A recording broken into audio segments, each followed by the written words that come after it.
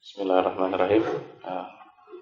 نوينا الفاتحة على ما نوى أسلافنا الصالحين وبأن الله يفتح علينا فتوح العارفين ويفقهنا في الدين وأن الله يجعلنا من الصالحين وأن الله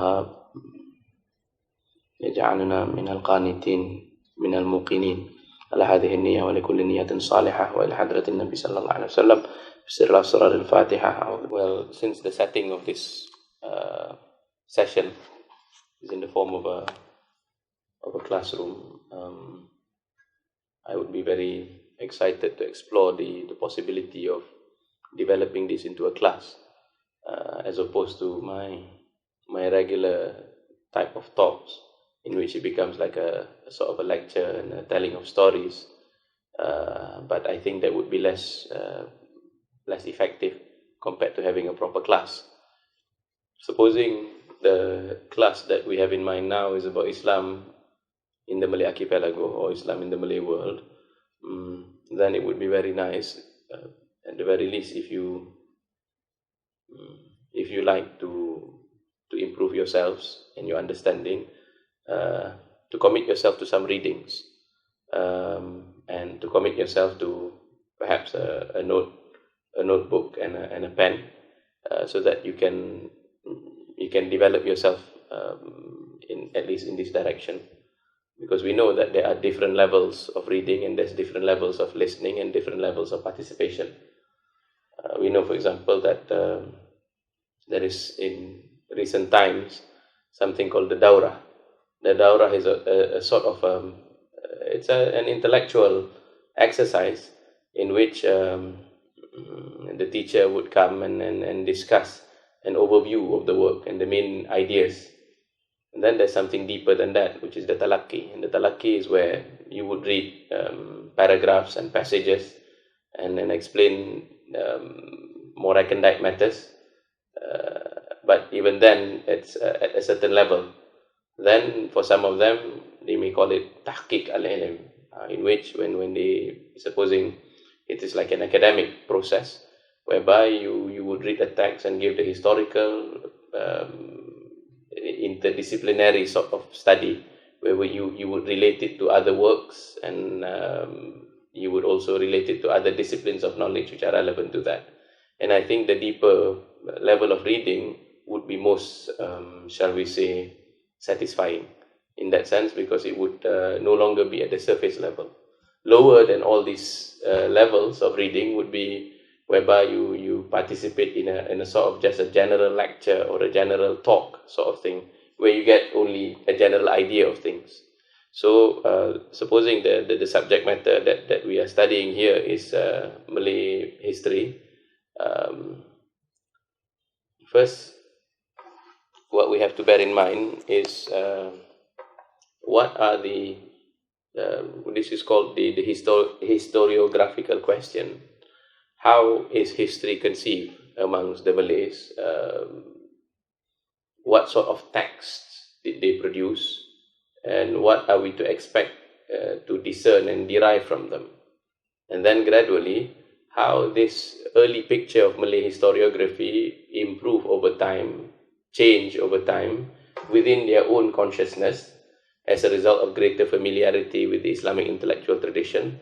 And secondly, what happened after, say, coming into contact with Western modern historiography and Western modern academic disciplines, when European historians started to take over the study of Malay history.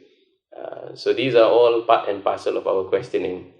I remember a few years ago, I used to start my first lecture with piecemeal, giving the title of Looking and Cooking History, or Looking and Cooking in the Malay World, meaning to say, because this is the first question that you'll have to ask, yes? Whose history are we talking about? Because different societies, different cultures will have a different conception of how to write history. And to be sure, history is a conglomeration of several disciplines, yes? One of which would be chronology. Chronology is the recitation of important events in a chronological manner.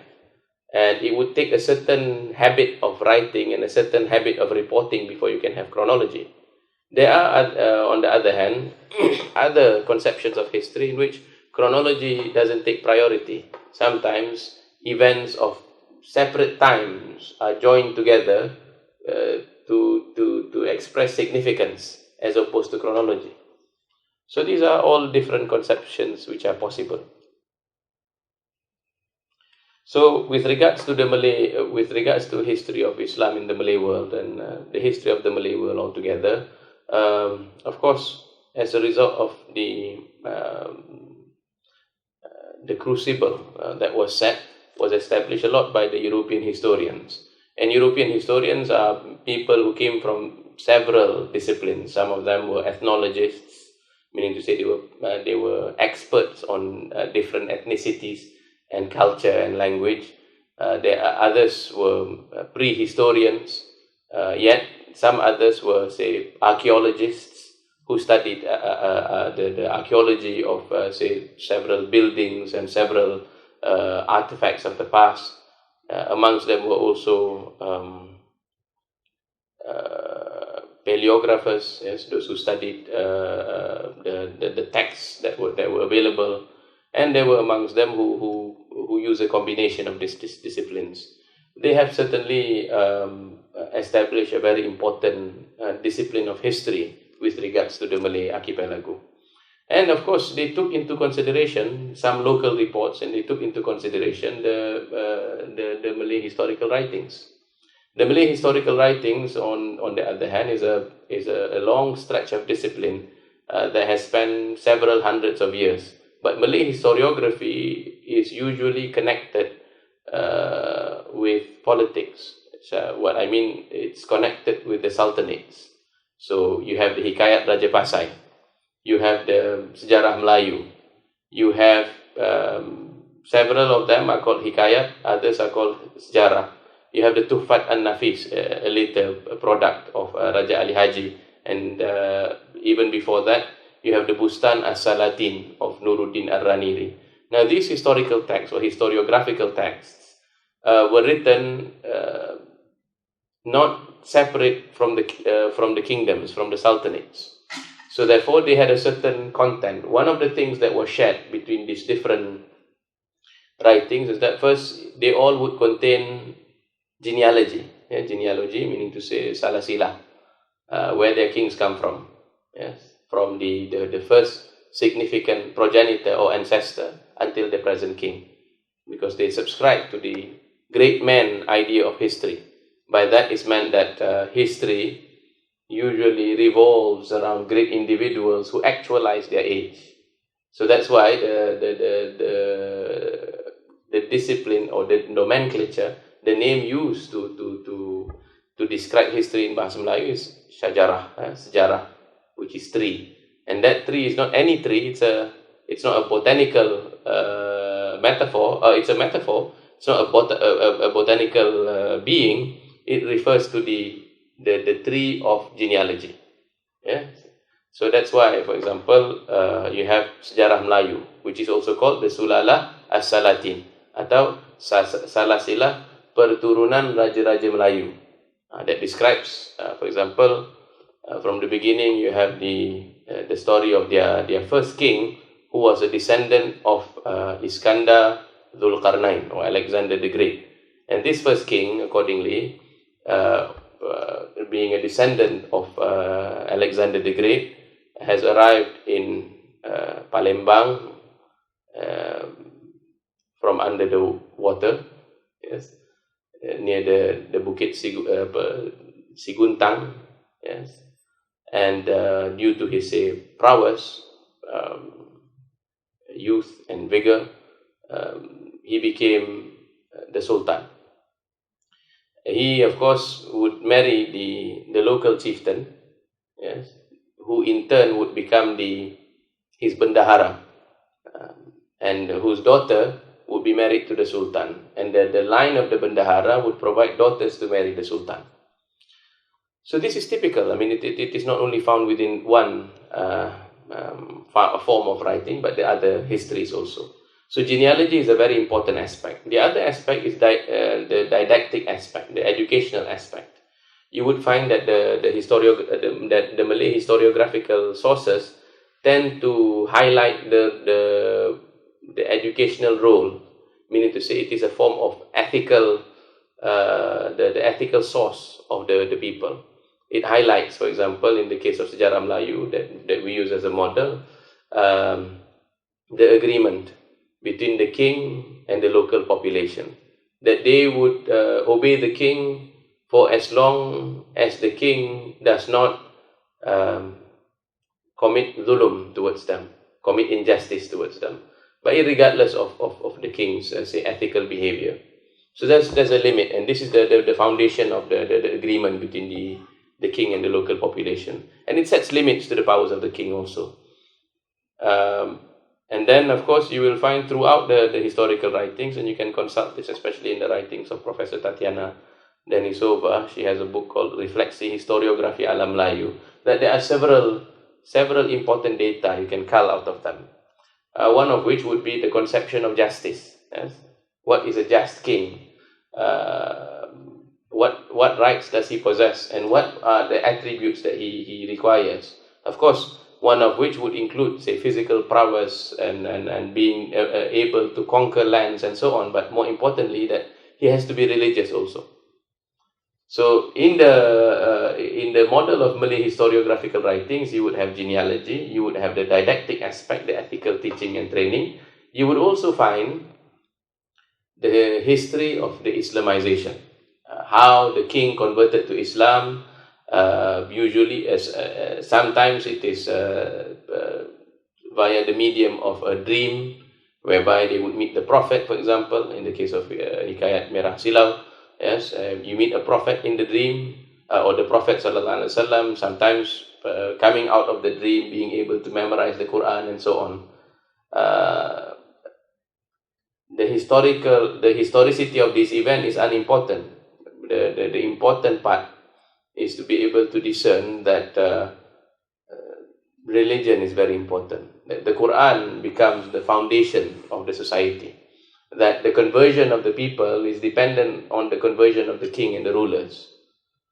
So these are the three elements. There are, of course, other elements. Professor Tatiana pointed out that you can discern also changes in worldview. Yes, changes in worldview, because sometimes you would find intellectual debates, yes, being included in the history. Why is that? It is to show that the castles, the palaces of the kings were centers of knowledge. Yes, and you would also portray, for example, in the Sejarah Melayu, that teachers, scholars from all around the Muslim world would come at the court of the king, and they would debate important matters, and sometimes titles of important works were mentioned, and at other times certain contentious matters were discussed. For example, in the Sejarah Melayu is mentioned the status of the afterlife, yes, and what would happen to people, and the status of hellfire and so on. So that means to say that the courts of the kings were used as places of intellectual debate.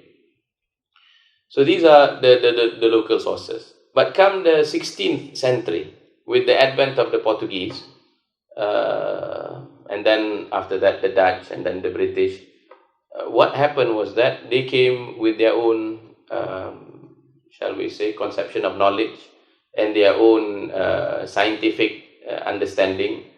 So they came with daily registers. Yes, they came with daily registers, and they would report whatever that was relevant to, say, the trading of goods, treaties that they would have between themselves and the kings, how they advance their business opportunities and so on.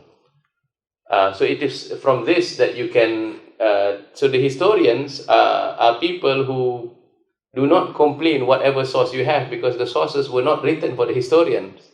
Yes, the sources that we have were written reflective of the purposes of the writers, not the purpose of the historian, but the historian will have to discern what is it that she wants from this work. And if you want to build a credible theory of something, you'll have to consult these sources, looking for what you want to look at. Yes, and out of that will history emerge. So that is why I think in one very significant writing on Malay philosophy of history, Prof. Al-Attas' preliminary statement on the Islamization of the Malay Archipelago, because he provided for us the meaning of history. Yes, because he was saying that certainly history cannot be just a matter of recitation of facts. History cannot be just a mere record of everything.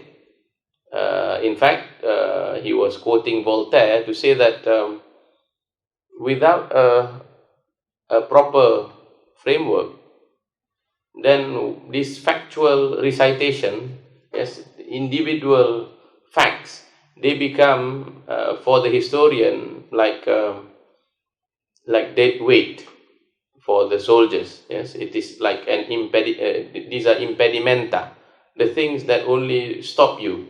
Yes, and then Prof. Al-Attas gives another example. He was saying that if you were to record every single fact without any criteria of meaning, even a village, yes, even a small village, if you were to record every single thing that was happening within the week, you would need an entire archive to be able to capture everything. But that's not what history is. And then furthermore, he gives, I think, another important, shall we say,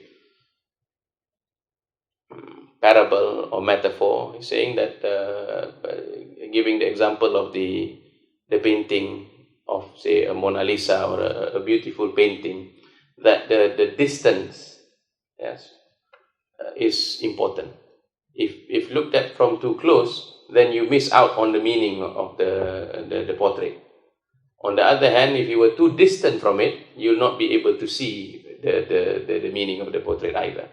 So likewise, when you study history of a particular nation, you have to find out what is the most significant events, especially with regards to the formation of the identity of the people, and the formation of the worldview of the people, and the formation of the values of the people. These are all determinants of what history ought to be.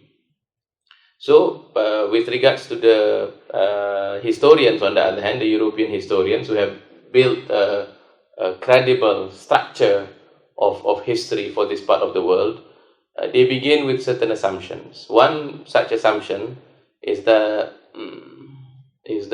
with regards to Islam, since it is built on the assumption that that this part of the world was a successful trade route.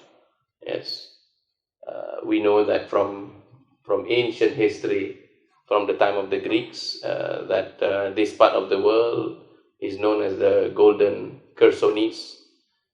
They know also that certain products from China would have to pass through, yes, especially if they travel via the sea route, that they would pass through this part of the world. And then gradually later in the Arab sources, and even before that, say with regards to the Egyptians and the pharaohs, there were certain products in this part of the world that is part and parcel of their rituals, part of which is the Kapo Barus. Yes.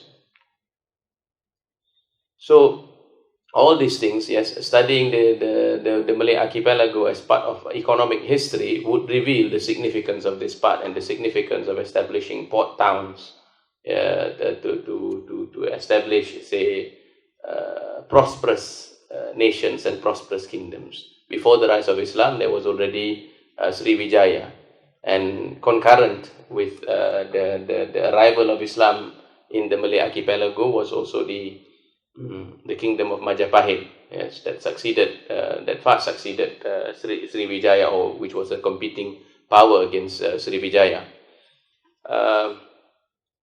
So these are some of the considerations. So history of this part of the world would be a multidisciplinary event. It is not just a record of past events. In school, we used to be given that. We would be fed, like you memorize in what year what happened. But that is perhaps very far from the actual historical enterprise. Anyways, from the basic assumption that Islam was spread via the trade routes, they make the logical error of concluding that since Islam was spread via trade routes, the people who brought Islam to this part of the world must have been traders. That in reality, in logic, is what you call a non sequitur. It doesn't follow. Yes, it doesn't follow. Because in truth, an alternative explanation can be given, and in fact ought to be taken, because Prof. Al-Attas would then later add the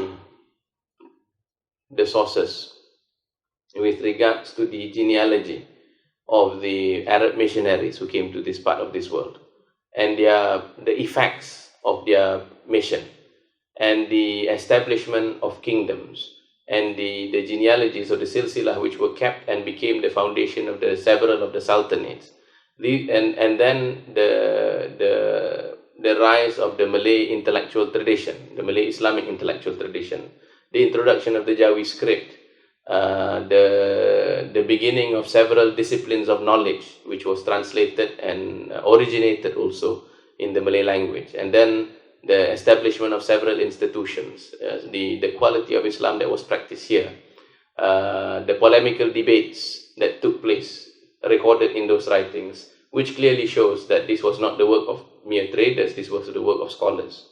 The fact that they came via the trade routes does not establish their identity as traders. In fact, the contrary was the case. They were people who were conscious of their mission. They had a sort of a mission to bring the people to Allah subhanahu wa ta'ala. Any questions so far? Okay. Right. So it is my great hope, therefore, that when we meet again, we would have preparatory readings. Anyways,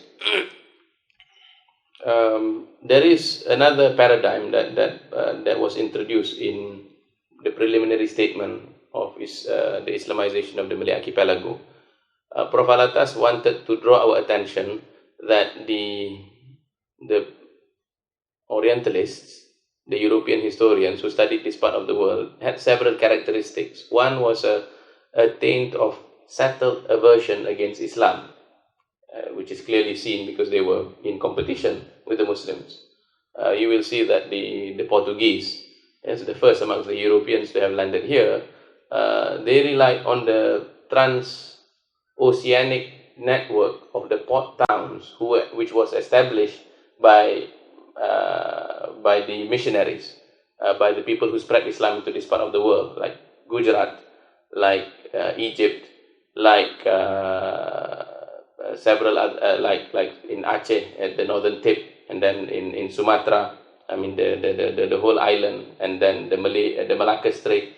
All these had the role of the Muslims and the role of the scholars were seen. So they had to rely on that, and they were competing against these locals, and they were rivals of the Muslims, and they knew that Islam was the source of the strength of the Muslims. So that settled aversion against Islam was pronounced, and not to mention that they were already involved with the battles against Islam coming from coming in Europe with the rise of the Ottomans during that period. So you have to understand the global background of Islam shaping world history in order to understand what influenced their writings. So that was one. Secondly, also their own preference to include the Malay world as part of the Indian world, as part of the Indian Ocean, and the Islam that was practiced here as, shall we say, having underwent the Indian sieve. That means to say there has been not the same Islam as the one that they have confronted in Arabia, but it is a different Islam that has been transformed into an aesthetic type, meaning to say where religion is conceived of not as rational, scientific, but aesthetic, cultural, anthropological, shall we say. So mixed with autochthonous beliefs, meaning to say an Islam that that has been, according to them, harmonized with the local practices of pagan worship and practice. That's the narrative that they wanted to paint. And this is especially useful because some of them mentioned that in truth, Islam in the Malay Archipelago is a thin veneer. If you were to scratch that thin veneer, the kulit luar itu, what you would be finding inside is, in reality, the Hindu-Buddhist worldview. And then, of course, because they were focusing on the outward aesthetic aspects, this is naturally the outcome of their assumption. But of course, in truth, the opposite was the case. So therefore, by limiting Islam in this Malay Archipelago to part of the Indian Ocean and the Indian civilization, it left the historian with no ability to properly assess, because consistently we were being compared with for example, with the practices of Islam in India, or the beliefs of the people in India. But Prof. Al-Attas, in order to seek fresh avenues to explain what happened here, rather said that the more useful comparison would be to compare it with the impact of Islam upon Europe, and also to trace behind the development of Europe in itself. He opens the preliminary statement, or rather Islam dalam Sejarah dan Kebudayaan Melayu, with the story of how the Germanic barbarians coming from the north came into the Latin peoples, or the Roman Empire, which was undergoing a decadent age, and that was being destroyed from within.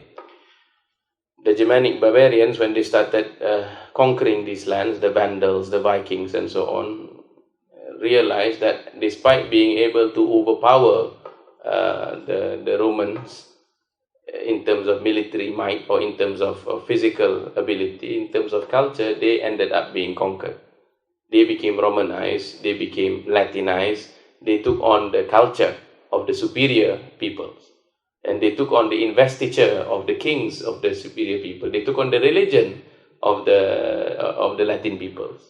So that shows that despite having military might and despite having the ability to conquer politically, if you are weaker in terms of culture, you would be in turn conquered. And before that, the Latin people, or the Romans, they suffered the same fate when politically they were able to overpower the Greeks. Yes, in terms of thought patterns, in terms of culture, they in turn were conquered by the Greeks. And similar was the case with the Mongols, who invaded the land of the Muslims when they became Islamized. Now, in the case of Islam in the Malay Archipelago, the Malay language was spoken by a coastal people in the island of Sumatra. It was a relatively undeveloped language, but it was especially elastic. It was absorptive and accumulative. Absorptive and accumulative. These were the two characteristics of the Malay language. It was used as a lingua franca because of its elastic abilities. But when Islam came and utilized this language as a vehicle for the Islamization, what had happened was that Islam became the force of increased absorption and increased accumulation of culture, language, philosophy, religion within that linguistic universe. It expanded inconsiderably. It is as if what was a rivulet, yes, as a result of a flood, or as a result of a fountain finding its way after a major downfall or a major rainfall, expanded itself. Yes, so that's what happened to the Malay language. Gradually, the best words in the neighboring languages were absorbed into Malay, and this is true. If you look at the history of our Malay texts and manuscripts, you would find that the Malay language has borrowings from the Acehnese, Sundanese, and Patani, all these local dialects, which had, say, unique words and unique concepts, would contribute to the building of this construct, which is Bahasa Jawi. Yes, the Malay language that we speak today, modern Malay, yes, is a descendant of this Bahasa Jawi, which has absorbed from the best words. But they did not only absorb from the best words of the linguistic family of the Austronesian peoples. They also absorbed from, say, Sanskrit, and even from Chinese, from the Portuguese words, and gradually the European words. But the force that was most important in this was the introduction of Islam. So if this was true in the linguistic realm, that allowed for the Malay people now to conceive of sophisticated ideas. Yes, they can now speak about cosmology, they can now speak about psychology, and they can speak about ontology, meaning to say they can have concepts such as existence. They consider existence to be not spatio-temporal. I mean, complex ideas became possible as a result of the introduction of Islam in the Malay Archipelago. Such also happened with regards to the Malay polities. Yes. So that is why, in point of history, as Prof. Al-Attas was saying in that preliminary statement, that the introduction of Islam in the Malay Archipelago is the most momentous event, because it provided these people with a source of identity that would change them forever. They no longer become the same people. They had an abstract understanding of themselves, and that abstract understanding of themselves made it possible for them. I mean, these people were numerous peoples before, because they had an ethnic type of understanding of themselves. It became possible for them to conceive of a new identity, wherein they were Muslims, they spoke the same language, and they had adat. Now, these things were what united the various islands, and gradually the process of Islamization, when it consolidated, it produced those things. Now, what do we say about the polities, the Malay polities? Of course, we say that life in the Malay Archipelago centered around bodies of water, either the ocean, wherein you derive most of the trades coming from the international, making a life out of entrepots, making a life out of making an emporium, whereby people would stop and do their trade, and you can perhaps, especially if you offer stability, you can have taxes and duties and so on. But more importantly, even within, in terms of the land, it would be formed around the riverines. Yes. So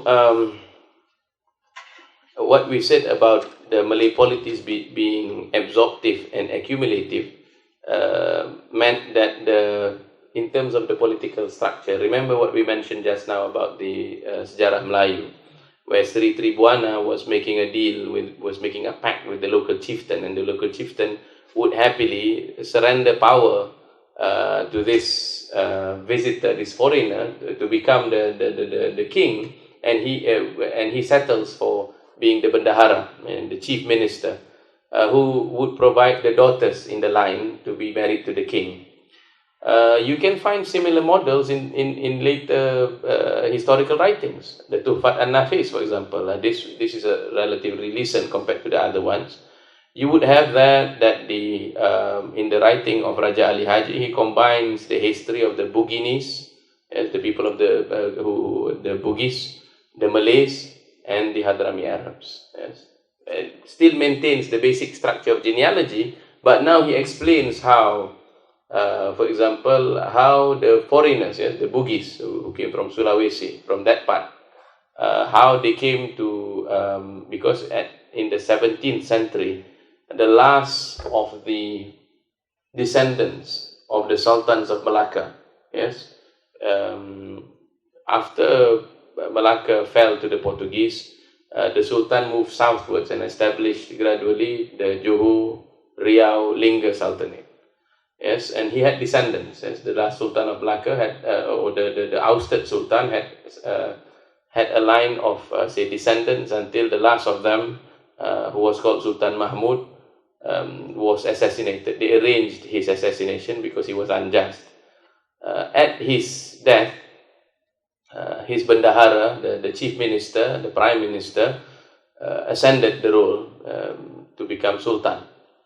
But what had happened was that across the sea, yes, in Siak, there was a man who styled himself as one of the sons of the Sultan Mahmud, trying to claim power for himself, donning himself with the title of Raja Kecil. Yes, what he had done, and because militarily they were more powerful than Johor, so he managed to force himself upon the king to marry his daughter, this bendahara, Abdul Jalil, who became sultan. So he married his daughter, and upon the consummation of that marriage, he became sultan, and the father-in-law, who was king, is now demoted again to the status of bendahara. So in order to seek revenge for this event, the siblings, yes, of the siblings of the Malays in this case sought help from the 5 Opu brothers, yes, who were who were Buginese warriors. And so because of one of the siblings, their sister was called Tengku. So what she did was she offered herself in marriage with one of these 5 Daing, and through sealing their marriage and avenging themselves, that's how gradually the Buginese came to become the progenitors and the ancestors of some of the sultans in the Malay Peninsula. Nevertheless, the idea was that what is interesting is that the beautiful character of the Malay polities is that things were not always settled with warfare, but marriage. Yes? Because marriage augments the family and augments the identity, and it acts. As we said, it was accumulative. So just like the Malay language develops via absorption, the polities expand like that. And their symbolic constitutions also expands like that. And so the game of power in this case becomes different as a result of marriage. But interestingly also, remember that all the sultans, they rest their power on being the descendant of, say, Alexander the Great, a character which is reportedly in the Quran, because in reality it's a mythological conflation between the character of Alexander the Great and Zulkarnain, who was in the Quran, but the Malays call it Iskandar Zulkarnain. Yes, together, I mean to say. So they claim to be the descendants of Iskandar Zulkarnain in order to establish their royal blood. So why I'm telling you all the story is to explain the special position that the Hadramis had, the pioneers of Islamization in the Malay Archipelago. The pioneers of the Islamization in the Malay Archipelago, the Hadramis, they were true people. They were real people.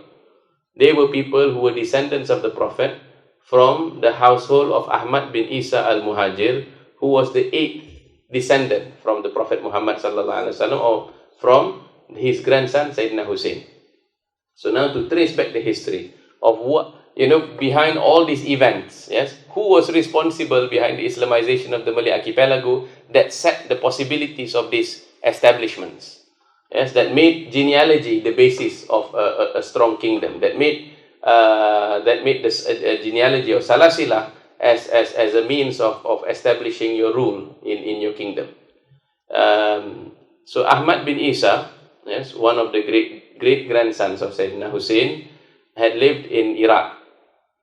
But what had happened due to several turmoils, cultural, religious, political turmoil, he had made istikharah to migrate to the city of his forefather, the Prophet. So he had first lived in Medina. But while in Medina, he felt that he made another istikharah until gradually he found that he ought to go even further south to Yemen, to what is now to Hadramaut. And that's where he landed, in Hadramaut, yes. And of course, when they came to Hadramaut, they brought with them not only their prestige, but also their wealth and their knowledge, and their being established in the law of Islam. They were people of knowledge, certainly, because they inherited the akhlaq, they inherited the knowledge from their great-grandfathers. So when Ahmad bin Isa al-Muhajir brought his large entourage and his family and settled in Hadramaut, they established their own leadership, their spiritual and intellectual leadership of Hadramaut. They spread Islam. They spread themselves in terms of influence via the call to religion and the call to Allah.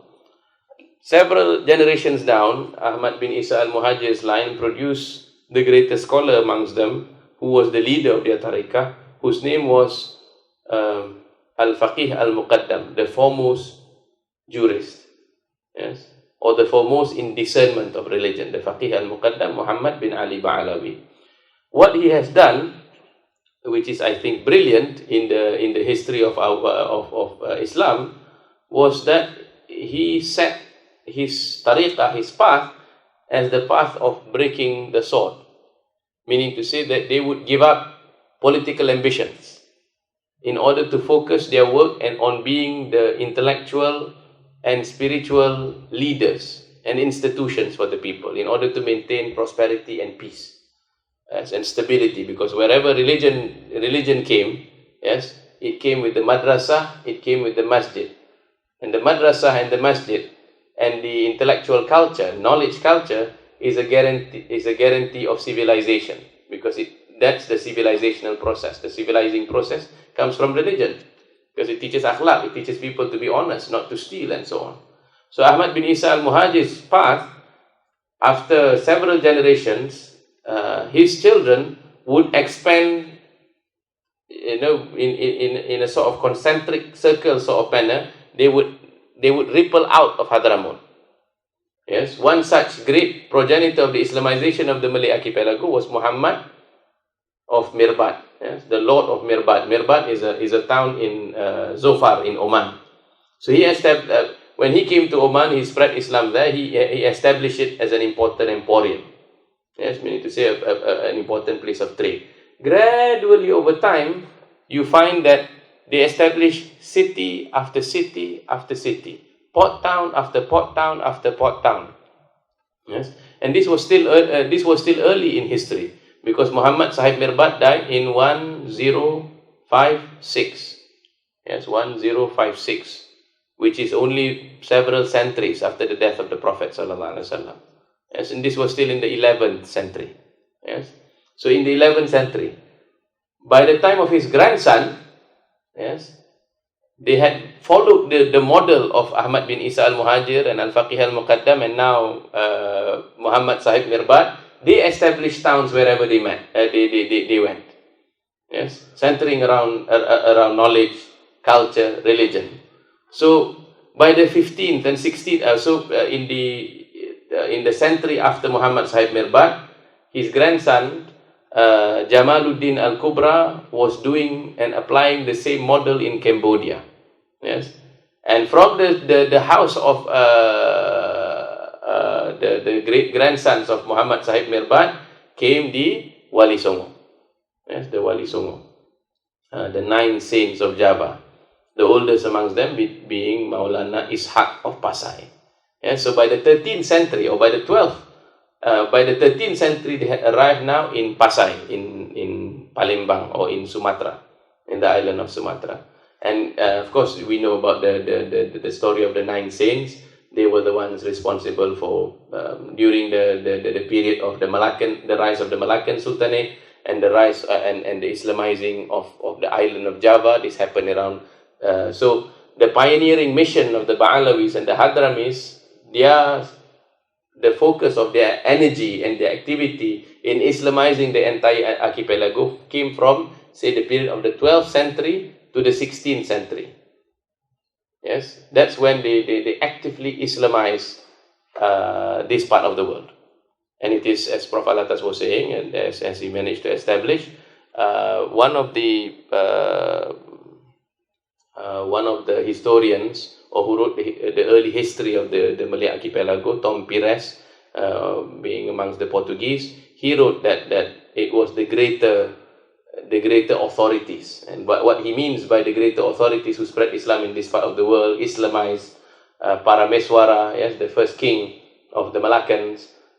Now, this was Maulana Ishaq of Pasai, as Prof. Al-Attas was able to try to establish in this book. So that's how gradually you see the rise of the sultanates. And it wasn't a single sultanate, because they continued to expand, yes, in Sulawesi, in Borneo, in all these parts of the world. By the time of the 17th and the 18th century, the time of the Tuhfat an-Nafis, which we mentioned just now, the Ba'alawis, in terms of their presence, was already well recognized, because their being descendants of the Prophet was so welcomed by the local chieftains who wanted to establish their own sultanates. Because port towns around the coastal towns that were being established, they were all competing with each other. Yes, and the way that they would establish their sultanates, I mean, Eng Seng Ho, Professor Eng Seng Ho, professor of anthropology in Harvard University, he wrote a book called The Graves of Tarim. He wrote about some of these things, and he mentioned especially the fact that in the establishment of the sultanates in the Malay Archipelago,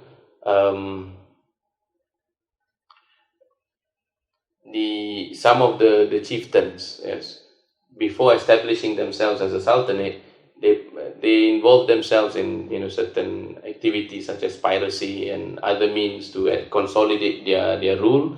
But once they have been slightly established, they would welcome the coming of a descendant of the Prophet, because this descendant of the Prophet coming from Hadramaut would be very solid in terms of his knowledge, abilities.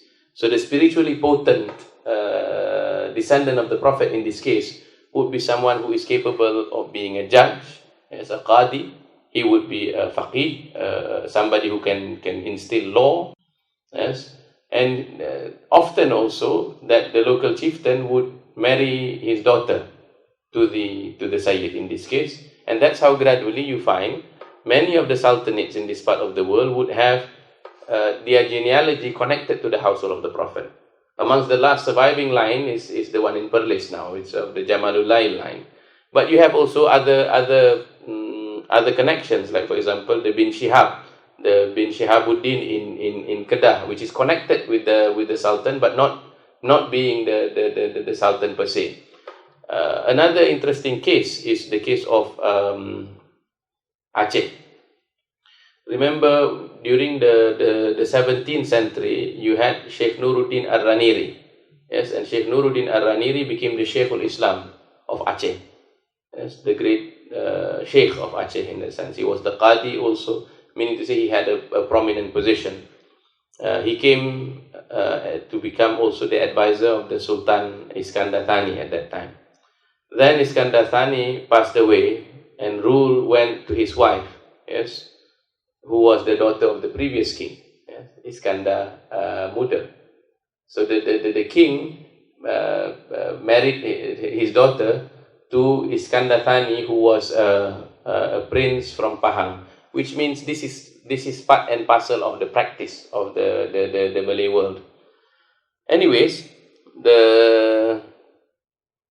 what had happened after Sultanah, yes, they didn't have a Malay heir for 4 consecutive queens. So that means to say Aceh was the highest leader of Aceh in terms of politics, was a queen for 4 times, queen after queen after queen after queen. By the 4th, while Aceh still maintained some level of prominence, the 4th queen sent a letter to Mecca seeking fatwa on this, and the alim in Mecca, what he did was to say that it is not becoming to continue in this process. Although before that they justified the investiture of a queen, a female leader in this case, from the arguments of some of the Maliki schools and so on. But by the 4th, so it is said that she has to abdicate.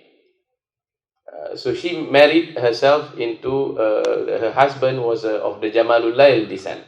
And what then happened was that the line of the Aceh Sultans then fell into the Jamalullail line. So this is how, in a sense, the pioneers of the Malay Archipelago effected the Malay world in these various ways. So they became part and parcel of the Malay polities by marrying their children, or by agreeing to marry the royal line, and therefore augmenting the royal line with the line of the genealogy of the prophets. They were teachers. They were people who spread Islam in the Malay Archipelago. And that's how you can also have, in terms of madhab, the consistency. Yes, we are all Shafi'is. And in terms of the theology, they were all following the school of Abu Hasan al-Ash'ari. In Tasawwuf, in ethics and metaphysics, they follow the school of Junaid al-Baghdadi, and they follow the school of Imam al-Ghazali. And the texts also. You see, from even early on, when we mentioned just now the Wali Songo, yes, many of them did not leave any form of writing behind except for Sunan Bonang, yes, Ibrahim Sunan Bonang. He had written a precis, which is called a primbon in the Javanese language. And in this work is mentioned the sources of his writings, which include, of course, the Ihya Ulumuddin of Imam al-Ghazali, the Qut al-Qulub of Abu Talib al-Makki, the Talkhis al-Minhaj of Imam al-Nawawi. These are all texts, authoritative texts in the Sunni, Shafi'i, Ash'ari school, and in the Ghazalian school also. So, I mean, from that period onwards, so the establishment of the madrasas in this part of the world, and its link with the Hijaz, and its link with Hadramaut, all show traces of the activity of the pioneers of the Islamization of the Malay Archipelago in that sense. So this is a sort of summary of the entirety of events at this present moment. This is what we want to highlight. If you read historical fact and fiction, the story of the missionaries and the pioneers of the Islamization of the Malay Archipelago, being of Hadrami and the descendants of the Prophet, is placed last, because Prophet Al-Attas wanted to start with the story of the rise of the Pasai kingdom in Sumatra, and then gradually Malacca, to give us an overview. But to me, I thought that we will start from the pioneers, because it will reveal what the map is all about, and because it is less complicated than the arguments of the other chapters. Inshallah, if we meet again next time, maybe next month, I hope you can do some readings about the first hikayat, or the first historiographical work, which is Hikayat Raja Pasai and Merah Silau, and the first chapter of historical fact and fiction. And then inshallah we can discuss from there. Thank you.